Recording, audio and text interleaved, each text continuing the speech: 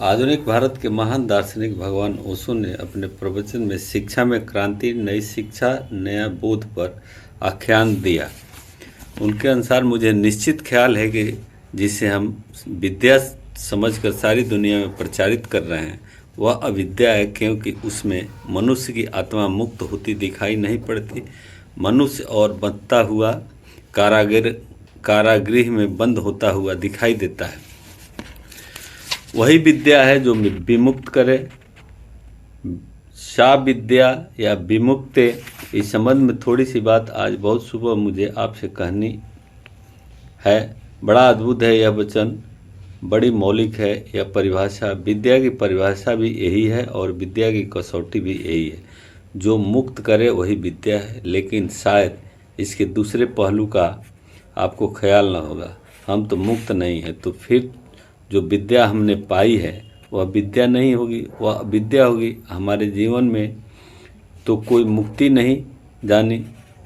तो जिन विद्यालयों में हम पढ़े वे विद्यालय न होंगे, अविद्यालय होंगे। विद्या की तो कसौटी और परिभाषा यही है कि जीवन मुक्ति के आनंद को उपलब्ध हो जाए, लेकिन जिस विद्या से यह आनंद उपलब्ध न होता हो उस विद्या को क्या कहें। सारे जगत में विद्या तो बढ़ती जाती है, विद्यालय बढ़ते जाते हैं, विद्यापीठ बढ़ते जाते हैं, विश्वविद्यालय बढ़ते जाते हैं, लेकिन मनुष्य कोई मुक्त होता दिखाई नहीं पड़ता। वरन मनुष्य और भी बनता जाता है और जकड़ता जाता है और भी नीचा गिरता जाता है। तो बढ़ती हुई यह विद्या, कहीं हम कोई बुनियादी भूल तो नहीं कर लिए हैं? यह बढ़ती हुई विद्या कहीं अविद्या तो नहीं है? और मैं आपसे कहना चाहूँगा कि यह अविद्या है। मुझे कोई शक नहीं है कि यह अविद्या है। मुझे निश्चित ख्याल है कि जिसे हम विद्या समझकर सारी दुनिया में प्रचारित कर रहे हैं वह अविद्या है, क्योंकि उससे मनुष्य की आत्मा मुक्त होती दिखाई नहीं पड़ती। मनुष्य और बंधता हुआ कारागृह में बंद होता हुआ दिखाई देता है। मनुष्य की जीवन चेतना ऊपर उठती हुई नहीं मालूम पड़ती और नीचे जाती हुई मालूम पड़ती है। मनुष्य के प्राण ऊर्जा में बहते हुए दिव्यता की तरफ गतिमान होते हुए दिखाई नहीं पड़ते, बल्कि और नीचे उतरते हुए पश्चाता की तरफ पहुंचते हुए मालूम पड़ते हैं। ऐसी विद्या में दीक्षित लोगों को हम विद्वान कहें। वह सारी विद्या फैलाई जा रही है और उसके लिए अथक श्रम किए जा रहे हैं और बहुत अच्छी भली मनसा से सारी दुनिया में भले लोग श्रम कर रहे हैं। विद्यापीठ बढ़े, विद्यालय बढ़े, छात्रावास बढ़े, शिक्षा बढ़े, मनुष्य ज्ञानवान हो, लेकिन पिछले 2000 वर्ष का अनुभव कुछ और कहता है। एक तरफ ज्ञान बढ़ता है, दूसरी तरफ मनुष्यता घटता हुआ मालूम पड़ता है। एक तरफ विद्या बढ़ती है, दूसरी तरफ जीवन की क्षीणता होती मालूम पड़ती है। एक तरफ मनुष्य की बुद्धि विकसित होती है, दूसरी तरफ उसकी आत्मा टूटती हुई मालूम पड़ती है। कहीं कोई बुनियादी भूल हो रही है, कहीं कोई आधारभूत गलती हो रही है, कहीं हमारी गति और हमारी यात्रा प्रारंभ से ही भूल भरी है। तो फिर जिस दिशा में हम जाते हैं वह दिशा हमें आनंद नहीं ला रही है। आज सारे जगत में पिछली किसी भी सदी से ज़्यादा विद्या है, ज़्यादा शिक्षा है, ज़्यादा विद्यालय है, लेकिन आज सारे जगत में पिछली किसी भी सदी से ज़्यादा अशांति है, ज़्यादा दुख है, ज़्यादा पीड़ा है। मनुष्य के जीवन ने हानि उठाई है। जिसे हम विद्या कहते हैं उससे हम बहुत भली इच्छा से अपने बच्चों को पढ़ाते हैं, लिखाते हैं, बड़ा बनाते हैं। हमारी कामनाएं, हमारे सपने होते हैं कि वे ऊपर उठें, लेकिन लिखा पढ़ा कर हम पाते हैं कि वे नीचे उतर गए। अपनी आँखों के सामने हम देख रहे हैं और फिर उसी तरह की विद्या को, उसी तरह के विद्यालय को, उसी तरह के छात्रावासों को हम निर्मित भी करते चले जाते हैं। आदमी से ज़्यादा अंधा कोई हो सकता है, यह ख्याल करना कठिन है। और आदमी ने अपने अतीत के अनुभवों से कोई निष्कर्ष नहीं लिए, कोई परिणाम नहीं निकले। क्या हम आज के लोगों को विद्वान कह सकते हैं जो पैसे के लिए प्रेम को ठुकरा देते हैं?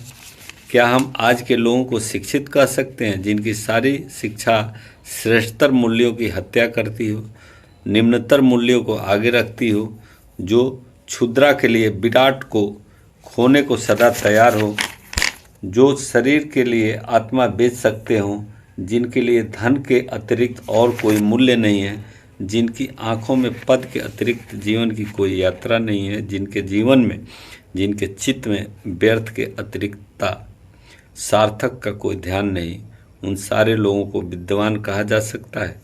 और ऐसी विद्या मुक्त कर सकती है, ऐसी विद्या मुक्त नहीं कर सकती। लेकिन वहीं हमारे सामने है, हम विद्वान बनाए लोगों को, इंजीनियर बनाएं, डॉक्टर बनाएं, गणितज्ञ बनाएं, लेकिन ये कोई भी विद्या नहीं है। ये सब आजीविका के साधन और उपाय है, विद्या नहीं है। रोजी और रोटी कमा लेने की व्यवस्था है, विद्या नहीं है। और हम इन बच्चों को यूरोप भेजें और अमेरिका भेजें और हम सोचते हों कि हम बड़ा काम कर रहे हैं, हम केवल रोटी कमाने की कुशलता उन्हें सिखा रहे हैं और कुछ भी नहीं। हम उन्हें विद्या नहीं दे रहे हैं, विद्या से उनका कोई नाता नहीं जोड़ रहे हैं। विद्या का नाता है जीवन में श्रेष्ठतर मूल्यों का जन्म, हायर वैल्यूज़। क्या है जीवन में उनका जन्म? अगर उनका जन्म होता है तो मनुष्य जरूर मुक्त होता है। उनका अगर जन्म होता है तो मनुष्य जरूर आनंद से भरता है। जितना जीवन ऊंचा उठता है उतना ही मुक्त होता है। जितना जीवन श्रेष्ठ की ओर गति करता है उतने ही बंधन गिरते चले जाते हैं। बंधन क्या है? नीचाइयों के बंधन है। जंजीरें क्या है? नीचाइयों की जंजीरें हैं। मुक्ति क्या है? ऊंचाइयों पर यात्रा, ऊंचे से ऊंचे उठ जाने की, रोज स्वयं को अतिक्रमण कर जाने की, रोज स्वयं को ट्रांसेंड कर जाने की ऊंचाई की यात्रा विद्या है। लेकिन हम स्वयं की अतिक्रमण को सिखाते हैं। हम सिखाते हैं स्वयं के भर लेने को, हम सिखाते हैं स्वार्थ को, हम सिखाते हैं सेल्फिशनेस, हम सिखाते हैं शोषण, हम सिखाते हैं अपने मन को भर लेना किसी तरह, अपनी आकांक्षाओं को पूरा कर लेना, अपनी वासनाओं को कुशलता से सिद्ध कर लेना। और हम सोचते हैं हम विद्या दे रहे हैं। इससे ज़्यादा व्यर्थ और कोई धारणा नहीं हो सकती। एक बहुत पुराने गुरुकुल में 3 विद्यार्थी अंतिम परीक्षा उत्तीर्ण कर लिए थे, लेकिन उनका गुरु बार बार कहे जाता था कि तुम्हारी एक परीक्षा शेष रह गई है। फिर अंतिम दिवस आ गया, दीक्षांत समारोह हो गया, तीनों युवकों को उनकी उपाधियाँ दे दी गई। फिर वे सोचने लगे अंतिम परीक्षा शेष रह गई। क्या शेष रह गई? अंतिम परीक्षा हुई नहीं और उपाधियाँ भी दे दी गई, पर उन्होंने चुप ही रह जाना ठीक समझा। शायद गुरु भूल गए, शायद हम एक परीक्षा से बच गए। फिर वे अपनी चटाइयाँ, अपनी लंगोटी, अपनी किताबें लेकर सांझ गुरु के चरणों में सिर रखकर विदा हो गए। रास्ते में वे सोचने लगे, लेकिन अंतिम परीक्षा क्या हुई? सांझ होने लगी, सूरज नीचे उतरने लगा, रात और घना जंगल। वे तेजी से भागे जा रहे थे। रात होने के पहले उन्हें गांव में पहुंच जाना है। खतरनाक है, बीहड़ है रास्ता, जंगली जानवर है। सूरज ढल गया, बिल्कुल अंधेरा उतरने लगा है और तभी एक झाड़ी के पास पगडंडी पर बहुत कांटे पड़े हैं।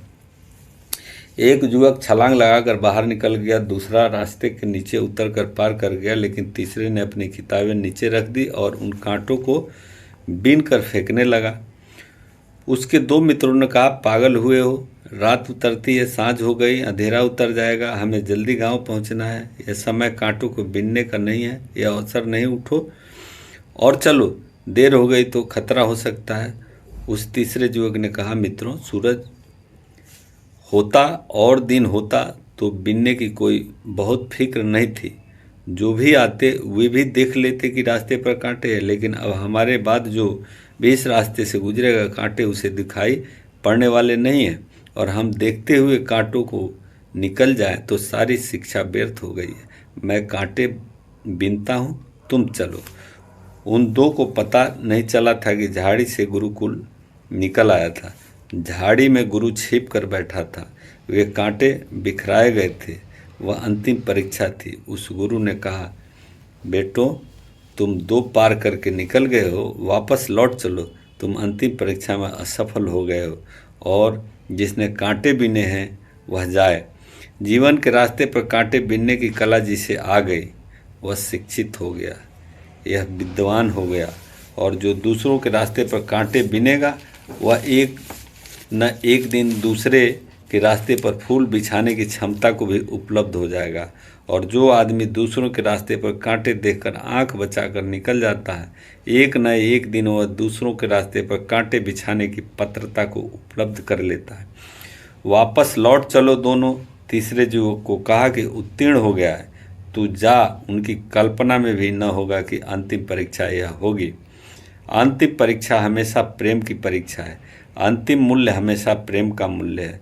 जीवन की श्रेष्ठतर ऊंचाइयाँ प्रेम की ऊंचाइयाँ है। जीवन के हिम शिखर, जीवन के गौरी शंकर, जीवन के एवरेस्ट प्रेम के एवरेस्ट हैं, जिसे हम विद्या कहते हैं। वह प्रेम सिखाती है। कोई प्रेम का पता नहीं है। हमारी विद्या प्रेम नहीं सिखाती, उल्टा अहंकार सिखाती है। अहंकार और प्रेम दो विरोधी मूल्य हैं। जहाँ अहंकार है वहाँ प्रेम नहीं, जहाँ प्रेम है वहाँ अहंकार नहीं। विद्या सिखाती है अहंकार, और बचपन से ही अहंकार को तीव्र करने के हम सब आयोजन करते हैं। पहली कक्षा में ही बच्चे भर्ती होते हैं और हम कहते हैं प्रथम आ जाना। जो प्रथम आ जाता है वो पुरस्कृत होता है, जो अंतिम रह जाता है वे अनुपुरस्कृत है। वे जीवन के रास्ते पर उपेक्षित पड़े रह जाते हैं। 30 बच्चे होंगे पहली कक्षा में, तो एक बच्चा प्रथम आएगा और 29 पीछे रह जाएंगे। 29 की उदासी पर, 29 के दुख पर एक का सुख खड़ा होगा। यह हम विद्या सिखा रहे हैं। 29 की पीड़ा पर, 29 की दीनता और हीनता पर, 29 के फ्रस्ट्रेशन पर, 29 के हारे हुए होने पर एक विजय खड़ी होगी। यह हम विद्या सिखा रहे हैं। और जो प्रथम आ गया है उसका आनंद यही होता है कि मैं प्रथम आ गया। उसका आनंद यही होता है कि मैं दूसरों को प्रथम नहीं आने दिया, पीछे छोड़ दिया है। हम वायलेंस सिखा रहे हैं, हिंसा सिखा रहे हैं। हम हिंसा सिखा रहे हैं। हिंसा का एक यही अर्थ होता है, दूसरे के दुख में सुख अनुभव करने के सिवाय हिंसा का कोई अर्थ नहीं होता। न तो पानी छान कर पीने से कोई हिंसा से बचता है, और न रात में भोजन न करने से कोई हिंसा से बचता है। हिंसा का एक ही अर्थ है। अब हिंसा का अर्थ है दूसरों के दुख में सुख। और हम क्या सिखाते हैं बच्चों को? हम सिखाते हैं दूसरों के दुख में सुख अनुभव करना। अगर एक कक्षा में एक ही विद्यार्थी हो और वह प्रथम आ जाए तो उसे कोई खुशी नहीं होगी। उस कक्षा में 30 विद्यार्थी हो तो खुशी बहुत बढ़ जाती है। 29 को पीछे छोड़ने की, दुखी करने की, उस कक्षा में 3000 विद्यार्थी हो खुशी और बढ़ जाती है। उस कक्षा में 3 लाख विद्यार्थी हो तो खुशी का कोई ठिकाना नहीं। उस कक्षा में 3 करोड़ हो तब तो बहुत ही आनंद उपलब्ध होता है। राष्ट्रपति बन जाने में भी वही आनंद उपलब्ध होता है। 40 करोड़ में प्रथम हो जाने का आनंद। राजनीति इसलिए तो हिंसा है क्योंकि राजनीति में प्रथम आने की दौड़। धर्म बिल्कुल दूसरी ही दिशा है, विद्या बिल्कुल दूसरी ही दिशा है। जीसस क्राइस्ट ने कहा है, धन्य है वे लोग जो अंतिम खड़े होने में समर्थ हैं। बड़ी अजीब बात है, या तो जीसस क्राइस्ट पागल है या हम सब पागल है। हम सब जो विद्यालय चलाते हैं और विद्या पढ़ाते हैं और शिक्षक हैं। जीसस क्राइस्ट कहते हैं कि धन्य वे लोग जो अंतिम खड़े होने में समर्थ हैं, और हम सिखाते हैं धन्य है वे लोग जो प्रथम खड़े होने में समर्थ हैं। प्रथम आने की दौड़ सिखाते हैं हम। प्रथम आने की दौड़ कभी किसी को मुक्त नहीं कर सकती, क्योंकि कुछ बुनियादी कारण है। पहली तो बात यह कि जो प्रथम होने की दौड़ में पड़ता है वह द्वंद्व में पड़ता है, वह कॉन्फ्लिक्ट में पड़ता है, वह संघर्ष में पड़ता है, वह युद्ध की शुरुआत कर रहा है, वह दूसरों से शत्रुता ले रहा है। जो शत्रुता ले रहा है वह शत्रुता से कभी मुक्त नहीं रह सकता, शत्रुओं से बंधा रह जाता है। केवल वही मुक्त होता है जो सबका मित्र है, और सबका मित्र वही हो सकता है जो किसी की प्रतिस्पर्धा में नहीं है, किसी के कंपटीशन में नहीं है। मित्रता का और क्या अर्थ है कि मैं किसी की प्रतिस्पर्धा में नहीं। शत्रुता का और क्या अर्थ है कि मैं प्रतिस्पर्धी हूँ। मेरी विजय या तुम्हारी विजय यही विकल्प है, या तो मैं या तो तुम। दोनों के साथ होने का कोई अर्थ नहीं है। हम प्रतिस्पर्धा सिखाते हैं, बचपन से ही जहर डालते हैं प्रतिस्पर्धा का, हिंसा का, महत्वाकांक्षा का, एम्बिशन का, और फिर हम सोचते हैं कि ये विद्यालय है, ये अविद्यालय है, अविद्या के केंद्र है। यही मनुष्य के मन में पायजन जहर डाला जाता है, यही मनुष्य के मन को बचपन से विकृत और विक्षिप्त किया जाता है। यहीं पर इन्फीरियरिटी सिखाई जाती है और फिर वह जीवन भर पागल की तरह दौड़ता है। फिर उसकी दौड़ कुछ भी हो, चाहे वह दौड़ धन में आगे निकल जाने की हो, चाहे वह दौड़ पद में आगे निकल जाने की हो, चाहे वह दौड़ दिल्ली पहुंच जाने की हो, इससे कोई फर्क नहीं पड़ता है। लेकिन हम दौड़ सिखाते हैं, दौड़ का फीवर, दौड़ का ज्वर सिखाते हैं। ज्वर से कभी कोई स्वस्थ नहीं होता। बचपन में माँ बाप पीछे पड़े रहते हैं, बड़े होते हैं तो पत्नी पीछे पड़ जाती है, बूढ़े होते हैं तो लड़के बच्चे पीछे पड़ जाते हैं। आगे जाओ, आगे जाओ, आगे जाओ। दिल्ली पहुंचना बहुत ज़रूरी है। दिल्ली पहुँचे बिना जीवन का कोई अर्थ नहीं है। एक ज्वर पैदा कर रहे हैं हम बच्चों के आसपास, ज्वर में दीक्षा देते हैं, फीवर पैदा करते हैं, और ज्वर जितना तीव्र हो बच्चा उतना ही पागलपन से दौड़ना शुरू कर देता है, जिसको हम जीवन की गति कहते हैं। ये गति जीवन को मुक्त करेगी, ये गति मृत्यु में ले जा सकती है, मुक्ति में नहीं। और हम में से अधिक लोग मरते हैं, मुक्त नहीं होते। मुक्त होने का मार्ग बिल्कुल दूसरा है। वह विद्या मुक्त करेगी जो महत्वाकांक्षा से बिल्कुल शून्य और रिक्त हो, जो नॉन एम्बिशन हो, जो महत्वाकांक्षा पैदा न करती हो। लेकिन हम कहते हैं कि अगर महत्वाकांक्षा पैदा न करें विद्या, तो फिर आदमी आगे कैसे बढ़ेगा। पहली तो बात यह है कि आगे बढ़ना कोई मूल्य नहीं है। दूसरी बात यह कि आगे बढ़ने के और भी सूत्र और भी मार्ग हैं। एक तो आगे बढ़ना होता है दूसरे से आगे बढ़ना, और एक आगे बढ़ना होता है अपने से आगे बढ़ना। मैं जहाँ कल था उससे आज आगे निकल जाऊँ, यह प्रतिस्पर्धा मेरी मुझसे है, आपसे नहीं। कल जहाँ सूरज डूबा और मुझे छोड़ गया, आज सुबह उगे सूरज तो मुझे वहीं न पाए, मैं अपने से आगे बढ़ जाऊँ, ट्रांसेंड हो जाऊँ, अपना अतिक्रमण कर जाऊँ, तो वह विद्या हमको मुक्त करती है। जो स्वयं से अतिक्रमण, स्वयं के पार होने की कला सिखाती है, वह विद्या मुक्त नहीं करती। जो दूसरों से प्रतिस्पर्धा, दूसरों के पार करने की कला सिखाती है, स्मरण है दूसरों को पार करने में जो पड़ जाता है वह जीवन भर दौड़ता रहता है, कहीं नहीं पहुंचता, क्योंकि दूसरे हमेशा आगे मालूम होते हैं। जिनको पार करना शेष रह जाता है। अगर कोई मनुष्य अपने को पार करने की गति में, अपने को पार करने की दिशा में संलग्न हो तो एक दिन वहाँ पहुँच जाता है। बुद्ध वहाँ पहुँच जाते हैं, क्राइस्ट वहाँ पहुँच जाते हैं, कृष्ण वहाँ पहुँच जाते हैं, जहाँ स्वयं को पार करने की चरम अवस्था उपलब्ध हो जाती है। उस परम अवस्था का नाम ही परमात्मा अनुभव है, चरम अनुभव है, मोक्ष है, जिसके आगे कोई गति नहीं, जिसके आगे कोई दिशा नहीं, जिसके आगे कोई पहुँचना नहीं। वह अंतिम मंजिल कहाँ है? मोक्ष। अंतिम मंजिल का नाम मुक्ति है।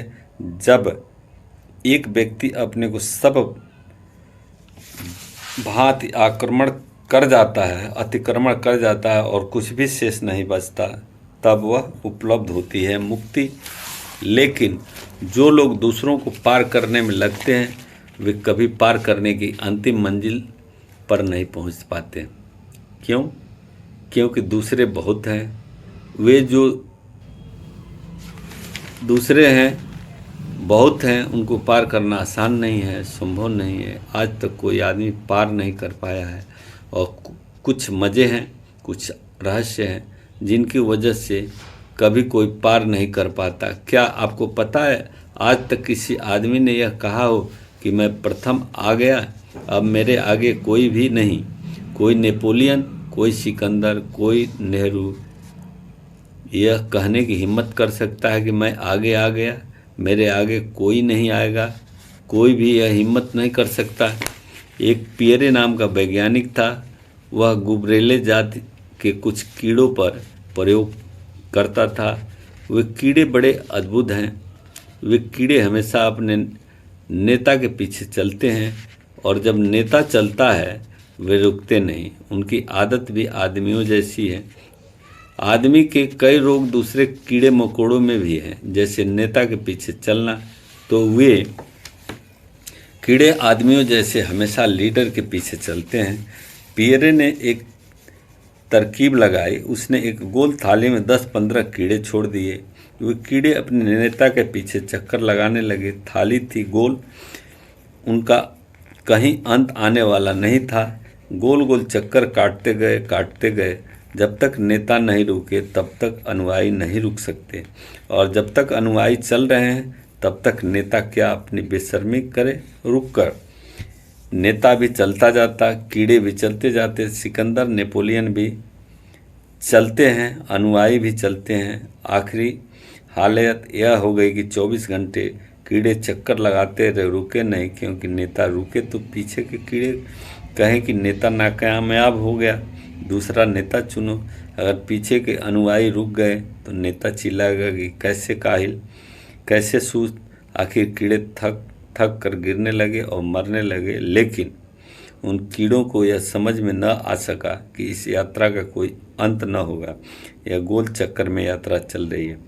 आदमी को अगर हम गौर से देखें तो आज तक कोई आदमी यात्रा के अंत पर नहीं पहुंचा। इससे यह पता चलता है कि शायद किसी गोल थाली में हमारी यात्रा चल रही है, जिसमें हम चक्कर लगाते हैं, लगाते जाते हैं, फिर भी आगे कोई होता है, पीछे कोई होता है।